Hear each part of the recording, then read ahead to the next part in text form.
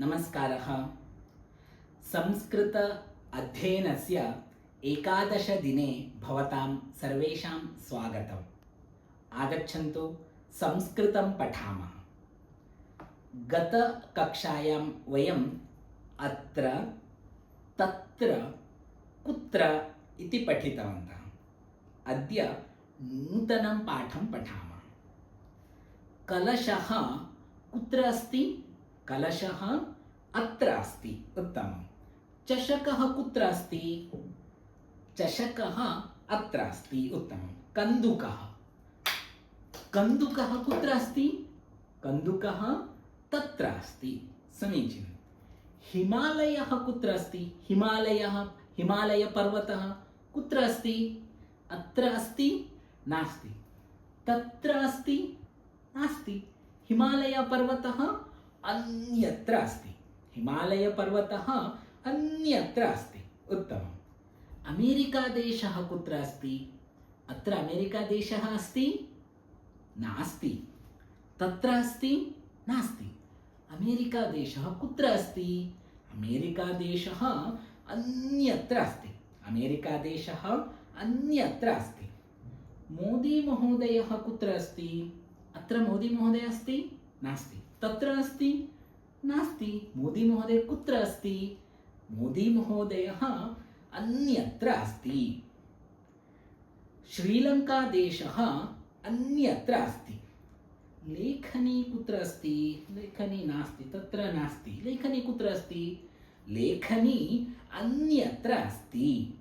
गृहम् अन्यत्र अस्ति। विद्यालयः अन्यत्र अस्ति। मोदी महोदयः अन्यत्र अस्ति। आफ्रिकादेशः अन्यत्र अस्ति।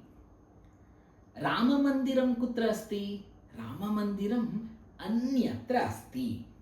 अन्यत्र, अत्र, तत्र, अन्यत्र। सम्यक्। वायुः, वायुः कुत्र अस्ति? वायुः अत्र अस्ति? आम्, अस्ति। वायुः तत्र अस्ति? आम्, अस्ति। वायुः तत्र अस्ति? आम्, अस्ति। वायुः सर्वत्र अस्ति। वायुः सर्वत्र अस्ति। देवः कुत्र अस्ति? देवः, भगवान् देवः अत्र अस्ति, तत्र अस्ति, अन्यत्र अस्ति। देवः सर्वत्र अस्ति। भूमिः, भूमिः सर्वत्र अस्ति। प्रकाशः, प्रकाशः सर्वत्र अस्ति। आकाशः सर्वत्र अस्ति। अत्र, तत्र, अन्यत्र, सर्वत्र, कुत्र? वदतु। अत्र, तत्र, अन्यत्र, सर्वत्र, कुत्र?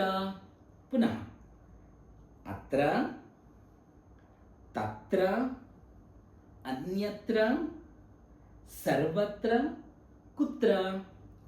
कलशः अत्र अस्ति। कन्दुकः तत्र अस्ति। हिमालयः अन्यत्र अस्ति। देवः सर्वत्र अस्ति। पेटिका, आहारपेटिका कुत्र अस्ति? आहारपेटिका अत्र अस्ति। अत्र, तत्र, अन्यत्र, सर्वत्र, कुत्र? You can write a sentence in comment box.